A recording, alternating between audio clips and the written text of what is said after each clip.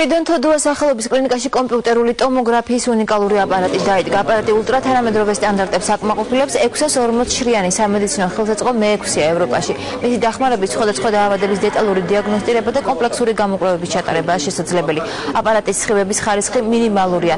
დღეს პრეზენტაციაზე თოდუას სახელობის კლინიკაში ჯანდაცვის მინისტრი ანდრია ურუშაძეც იმყოფებოდა.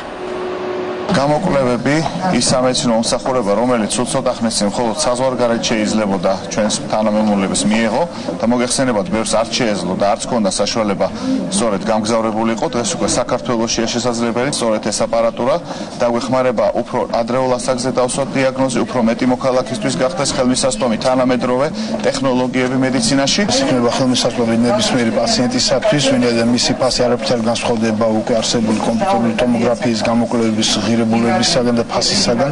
მეორე, მას ძალიან დიდი მნიშვნელობა აქვს დაავადებათა ვიზუალიზაციაში, ანუ ამ შემთხვევაში ექიმს შეუძლია რაღაც რამოდენიმე წუთის განმავლობაში დაინახოს პათოლოგიური პროცესი, ეს იქნება სიმსივნე თუ სხვა დაავადება. ამ ახალი თაობის კომპიუტერულ ტომოგრაფს, კერძოდ ამ ტოშიპის აპარატს, აქ ერთი განსაკუთრებული მნიშვნელობა, რომ ძალიან მნიშვნელოვნად შემცირდა სხივური დატვირთვა.